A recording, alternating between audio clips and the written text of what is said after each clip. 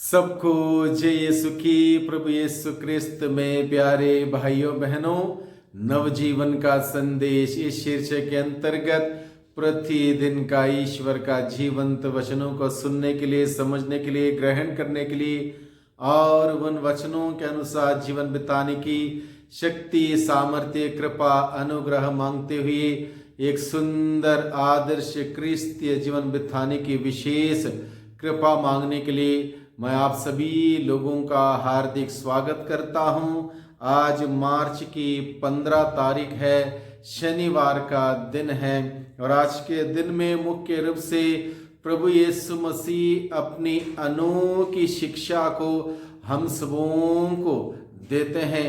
प्रभु यीशु ने इस धरती पर आके लोगों को जीवन जीने का तौर तरीका सिखाया, जीवन जीने की कला प्रभु यीशु मसीह ने सिखाई और प्रभु यीशु मसीह ने कहा अपने शत्रुओं से प्रेम करो, अपने बैरी से प्रेम करो। इसके पहले का नियम क्या था? बैरी से बैर करना न्याय संगत था, लेकिन प्रभु यीशु ने कहा बैरी से बैर मत करो, बैरी से प्रेम करो, अपने शत्रुओं से प्रेम करो, जो तुम पर अत्याचार करते हैं उनके लिए प्रार्थना किया करो। ये अनोखी शिक्षा प्रभु यीशु मसीह ने लोगों को दी। ना केवल प्रभु ने थियरी के तौर पर लोगों को दी, बल्कि प्रभु ने अपने जीवन में संदेश को लागू करते हुए हम सबों को दिखाया और सिखाया कि किस प्रकार से शत्रुओं से प्रेम किया जा सकता है, अत्याचार करने वालों के लिए प्रार्थना की जा सकती है। इस बात को प्रभु यीशु मसीह ने अपने जीवन के उदाहरण के द्वारा हम सबों को सिखाया। यहाँ पर लिखा है मत्ती के सुसमाचार अध्याय 5 प्रसंग 43 से 48 के प्रसंग में लिखा है, तुम लोगों ने सुना है कि कहा गया है कि पहले के जमाने में जो नियम था उसको बारे में प्रभु यीशु मसीह कहते हुए बताते हुए कहता है, अपने पड़ोस से प्रेम करो और बैरी से बैर। ये बात तुमने सुना है और तुमसे कहा गया है, पड़ोस से प्रेम करना, बैरी से बैर करना। ये ठीक था, न्याय संगत था। लेकिन प्रभु कहता है मैं तुमसे कहता हूं, मैं तुमसे कहता हूं। क्या कहता है प्रभु हम सबों से? अपने शत्रुओं से प्रेम करो और जो तुम पर अत्याचार करते हैं उनके लिए प्रार्थना किया करो। यानी कि अपने शत्रुओं से प्रेम करने की बात प्रभु यीशु मसीह, जब प्रभु यीशु मसीह को सूली पर चढ़ाया गया, जिन्होंने उनको सूली पर चढ़ाया, जिन्होंने कोड़ों से मारा, उनको उनके चेहरे पर थूका, उनकी दाढ़ी नोची गई, अपमानित किया, निंदित किया, अलग अलग प्रकार की यातनाएं, अलग अलग प्रकार की पीड़ाएं उनको दी गई और 3 किलों के सहारे सूली पर जड़ दिया गया।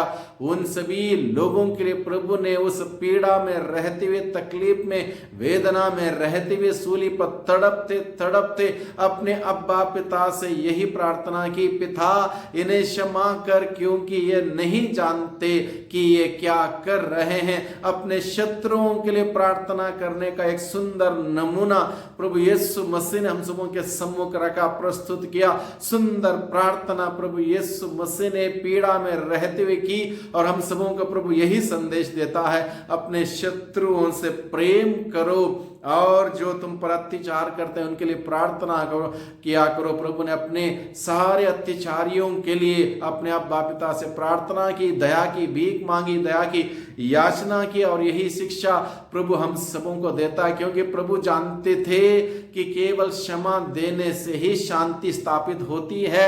एक दूसरे को माफ करने से ही हम लोग खुशहाली में जीवन बिता सकते हैं। इसके अतिरिक्त हम आनंद और खुशी का जीवन नहीं बिता सकते, प्रभु जानते थे। इसलिए प्रभु यीशु मसीह अपनी अनोखी शिक्षा के द्वारा मनुष्य को जीवन जीने की कला सिखाते हैं, जीवन जीने की तौर तरीका हमें बताते हैं। आगे प्रभु का वचन कहता है, इससे तुम अपने स्वर्गीय पिता की संतान बन जाओगे। यदि तुम अपने शत्रुओं से प्रेम करोगे, अत्याचारियों के लिए प्रार्थना करोगे, अपने स्वर्गीय पिता की संतान बन जाओगे, क्योंकि स्वर्गीय पिता भले बुरे दोनों पर सूर्य उगाता है, धर्मी अधर्मी दोनों पर पानी बरसाता है, किसी के साथ पक्षपात नहीं करता, भेदभाव नहीं करता, सबको एक नजर में देखता है, सबका ख्याल रखता, सबका ध्यान रखता। स्वर्गीय पिता और स्वर्गीय पिता की संतान बनने के लिए हम सबों को स्वर्गीय पिता के उस व्यवहार को अपनाना होगा, उस मानसिकता को अपनाना होगा।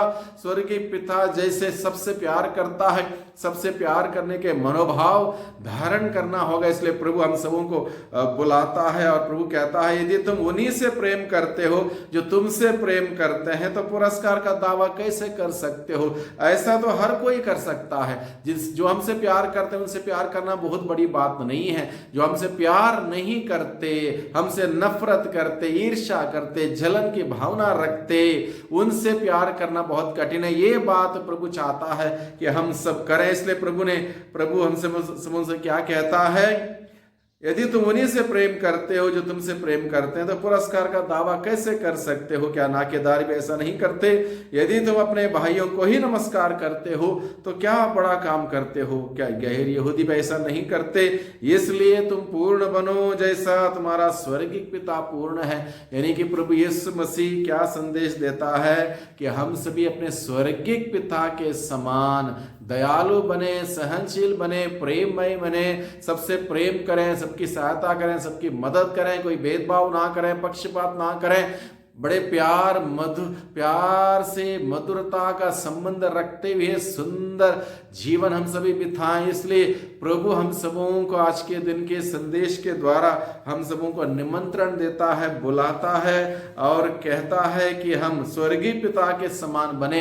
यानी कि मुख्य रूप से दयालुता में स्वर्गीय पिता के समान दयालु बने, एक दूसरे के प्रति दया दिखाएं, क्षमा करें, माफ करें, जहां जरूरत है क्षमा मांगें। इस प्रकार का प्यार, मोहब्बत का, शांति, क्षमा का, अमन चैन का जीवन बिताने के लिए प्रभु हम सबों को बुलाता है, सिखाता है और ये जरूरी है। आज के दिन में इसी बात की कमी है। दुनिया में हम लोग देखते हैं नफरत करने वाले, ईर्ष्या करने वाले, भेदभाव करने वाले, जलन की बातें, भावना रखने वाले बहुत मिलेंगे। आपको नीचे गिराने वाले बहुत मिलेंगे, आपको माफ करने वाले, आपको समझने वाले, आपको ऊपर उठाने वाले बहुत कम मिलेंगे। और यही नेक कार्य करने के लिए प्रभु ने हम सबों को चुना है, बुलाया है और यही बात प्रभु आज के वचन के द्वारा हम सबों को बताता है।